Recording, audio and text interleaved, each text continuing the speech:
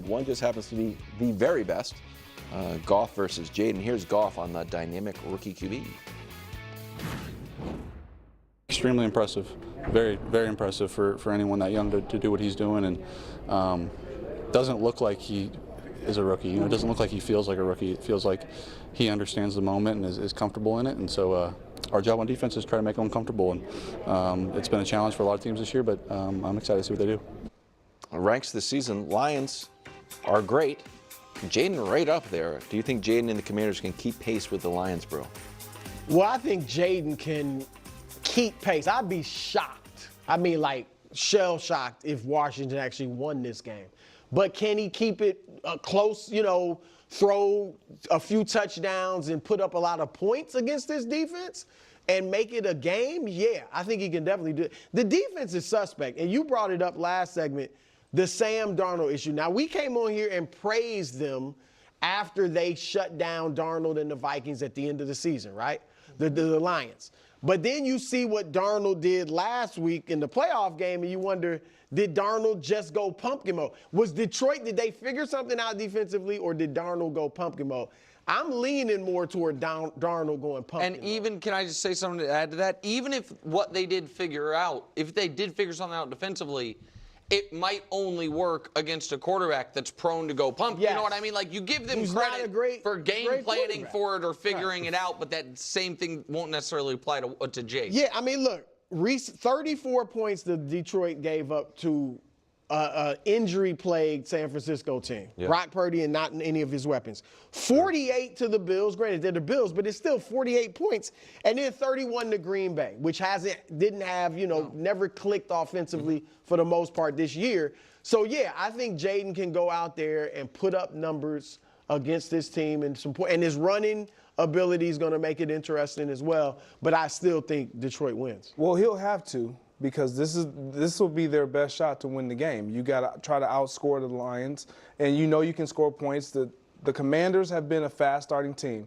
One of the best starting teams in football as far as first quarter. They're second in the league in first quarter points, so that bodes well. But the problem starts for the Commanders is in the second and third quarter, because the Lions are a juggernaut in the second quarter, closing the half and starting the second half. These are the numbers. The best point differential in all of football, and these are all teams that are in the postseason. And look at the difference. So That's insane. It's unbelievable. Like when you score this amount of points, and you're Jayden Daniels and this Commanders team, what I will commend them of is they fight back. Yep. They're the best fourth quarter team. I was going to say, I got the fourth quarter numbers. He's a great fourth quarter quarterback, and so if you can keep it close in these middle quarters, they will have a chance. I don't see them beating them, but Jayden is that good. I'll give him that respect. Jayden in the fourth quarter, 91 yards just in the fourth quarter alone. 14 touchdowns, 3 turnovers, and he obviously, this stat is so stupid you think it's fake. 6 wins in the final 10 seconds or overtime. Oh, yeah. He's already so calm, cool, and collected. Yeah. Now that he has the win, it's like, I'm a rookie, man. I just won a game. Like, we're going into Detroit, and it's going to be a shootout. Great. I think I'm very nervous about this game as a Lions guy. Listen, I buy that. And I know this isn't the gist of the question, really. KW, I got to tell you. Go ahead. I swear to God, this is my son's drumming teacher. Okay. I thought this was another bit from you. I was going to say, with I was the way the week's been going, I thought it was a bit. I cannot believe this dude is. I didn't realize that. I will turn it off. I am sorry. I thought it was a bit. No, I know this isn't really the gist of the question, but I guess it kind of is. I don't know if the Commanders are going to be able to get a single stop. Like, to keep pace, I could see Jayden leading them to 28 points, which is awesome.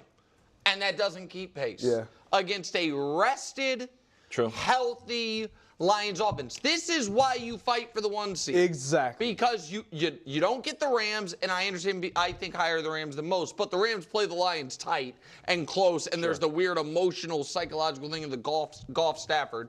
You get the weakest opponent, even though everybody's good at this point, but the weakest opponent. You get the extra rest. You've been getting ready for this game while they have been planning for the things. You've had some. So I just. Yeah. All right. Let's talk about this. I want to get back to some of these stats because it's staggering actually when you really think about it. What the Commanders. I'll get in a second. What the Commanders have been able to do here.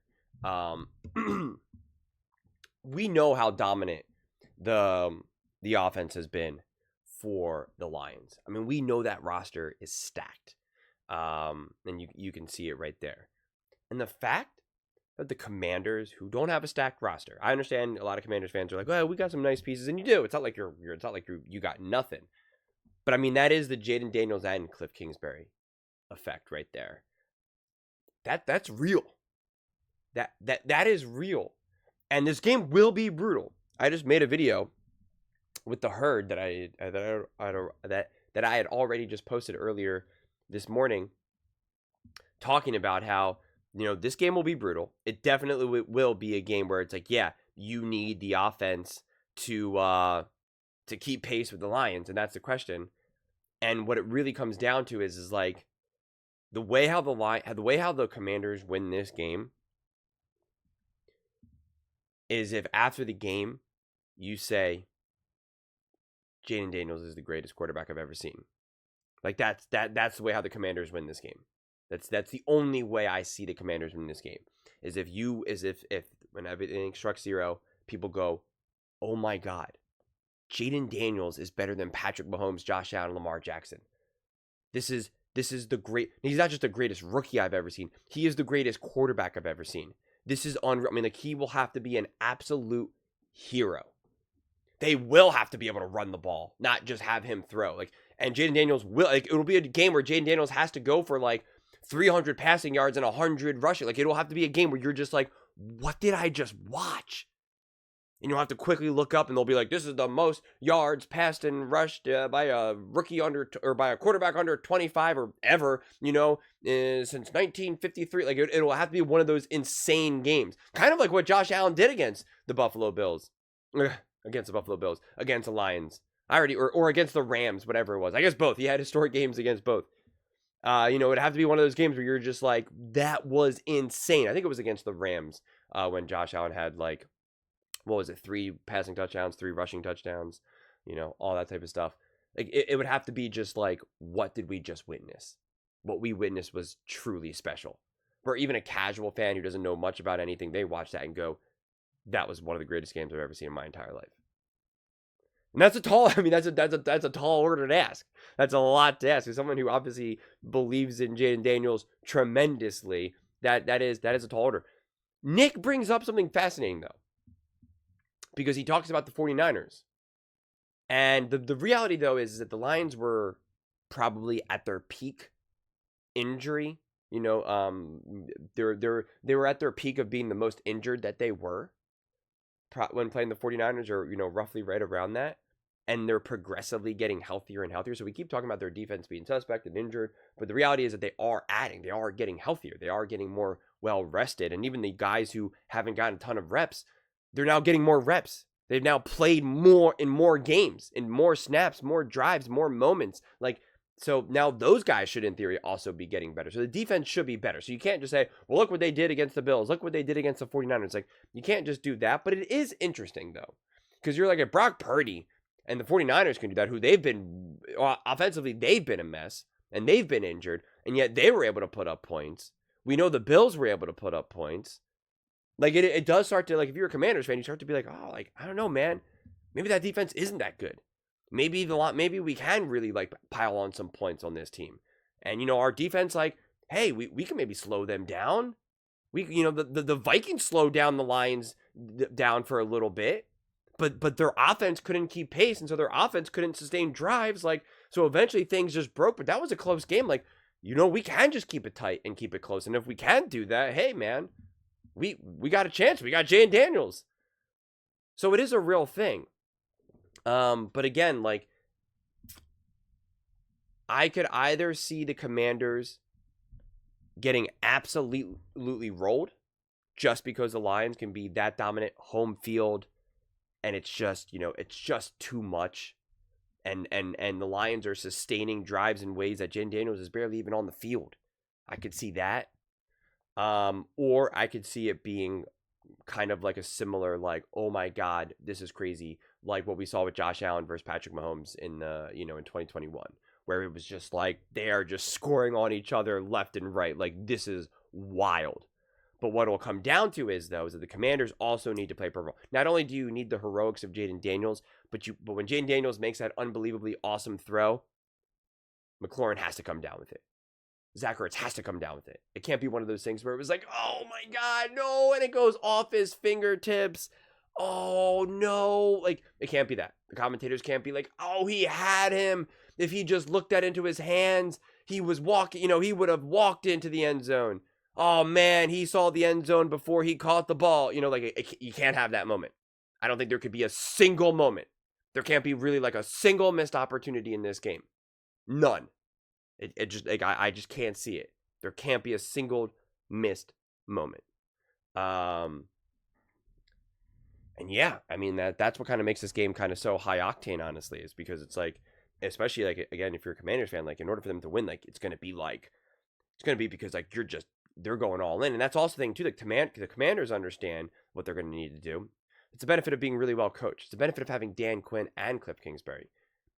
They're not going into this game underestimating who the Lions are and what they need to do individually and personally and collectively in order to win this game. They understand. Dan Quinn and Cliff Kingsbury. They understand. They understood what it was going to take to win against the Buccaneers. And they did it. They pulled it off. And they were able to be resilient and adapt the game plan within it when, like, for instance, the run game wasn't working. It is the absolute benefit of having two coaches that truly understand what needs to be done. So they understand that they're going to have to be aggressive. So yeah, you are going to have a lot of fourth down calls most likely. You're going to have maybe some aggressive third down calls as well. Like, they're going to be going for it, and that's going to be dangerous. But also, what Wild said, which I disagree with him, where Jayden's like, I'm a rookie, I'm this. I don't think Jayden Daniels even looks in the mirror and sees himself as a rookie. I think he's like, I don't identify with titles. I don't identify with those a rookie, a this or that. I don't know, man. I'm just a baller. I just ball. The only identity I have is, I guess, quarterback, but even that, nah. I'm just a baller. I just do it. And this game, I'm pumped. It's so crazy to think that you could be so excited for a game where the Lions are favored 9.5. This game shouldn't be close. That's the thing. Like, this game should be just an avalanche from the Lions. They're at home, rookie quarterback, on the road again. The Commanders are just kind of just happy to be here. The Lions are like, we're going for Super Bowls, man. That's what we're trying to go for. We got a date with destiny. 9.5. 9.5 is huge. Huge. Huge. So, I don't know. Does Jayden Daniels and this Washington Commanders team still have a little bit more magic? We're going to find out in a couple days. But those are just my thoughts. I'd absolutely love to hear yours. What do you guys all think about the Washington Commanders and Jayden Daniels taking on the Lions? Do you think there's any chance that they can keep pace? Let me know in the comments below. I read every single comment, so whether you agree with me or disagree with me, either way, let's get in some discussions. Let's get in some fights. But ultimately, let's just have some fun. And please do consider subscribing. We are building an amazing community here, and I absolutely love to see you part of it. I want to build something that we all genuinely feel connected to. Something that we're really excited to be part of. I think we're on our way to doing it. Please don't forget to give this video a thumbs up, as it really does help with the visibility and the algorithm. Thank you so much. See you next time.